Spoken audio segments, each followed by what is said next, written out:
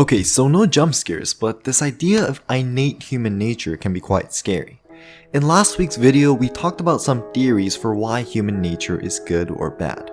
This was mostly from the viewpoint of the humanities, looking at thinkers like Mencius and Hobbes. If you haven't watched that yet, be sure to check that out. This time, however, we'll be looking at it more from a scientific point of view. Simply said, human nature is the characteristics that we have naturally. Now, when it comes to what influences our characteristics, we look at the workings of the brain. Modern science, while not a thing during the time of Mencius and Hobbes, gives us the keys to what influences our characteristics and behavior. Take gay men, for example. Gay men are more likely to have a smaller third nucleus in the anterior hypothalamus, which is the part of the brain right here. This nucleus is known to have a role in sex differences. This kind of shows that our nature, at least when it comes to sexuality, is tied to biological causes. On a bit of a different note, however, murderers and violent antisocial people are likely to have a smaller and less active prefrontal cortex. And if you were about to say, Hobbes, that's the part of the brain that's responsible for making decisions and controls impulses, right? You are correct, my friend. That's also one of the reasons why teenagers are so moody and outright edgy. You probably relate to this if you have a teenage son or daughter. Their prefrontal cortex is still in development, hence they rely more on the amygdala, which is the part of the brain associated with emotions and impulses. Not the best for making rational decisions. So where am I going with all this? I think we can agree that murderers and violent people can be associated with evil human nature. But it isn't really the fault of the criminals that they were born with a brain shaped that way. Now, I'm not trying to defend criminal acts, but if your brain is naturally more impulsive and likely to have a so-called evil human nature, is it really your fault? Well, society kind of has an answer for that in our justice system. If you live in a country like mine, you probably have a punitive justice system, where people are punished for their crime, usually through jail time.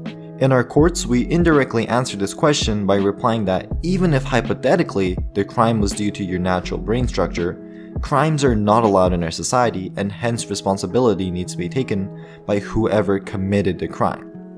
This is even true if we side with the idea that human nature isn't innate but nurtured. Let's take the example of Jim. Jim lives in a poor neighborhood with plenty of gun crime. The police there are particularly brutal because they live in fear of being shot at any moment. The local school is short on staff and heavily mismanaged. Now, Jim is a good boy and all, but years pass by and Jim grows cynical. Finding no alternative, he drops out of high school and joins the local gang. He turns to crime and one day shoots someone during a robbery. Was it Jim's fault for shooting someone? We can argue that free will isn't real, but assuming not, Jim did make the choice. Was it Jim's fault for growing up in a bad environment? No. Did his environment cause him to shoot someone? Depending on your views, anywhere from partially to fully. These ideas are scary because it puts to test our beliefs on what's just. Justice is one of the cornerstones of society. One of the main reasons we follow the law and abide by societal rules and customs. But is it really just if our human nature really is genetic and determined by brain structure?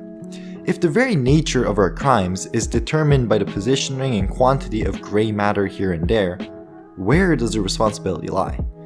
I don't have answers to these questions, but maybe you have an opinion. Let me know in the comments below. Now, I realize I did paint life as a result of the whims of genetic and external forces in this video, which runs quite contrary to my own personal philosophy. Life might be like that, but it might be better if you don't think of it like that, for reasons that I plan to say in my next video. If you did make it to the end of the video, allow me to say thank you. I hope there was some interesting food for thought. If you missed it, last week's video on human nature is on the left. Well then, goodbye, and I'll see you guys next time.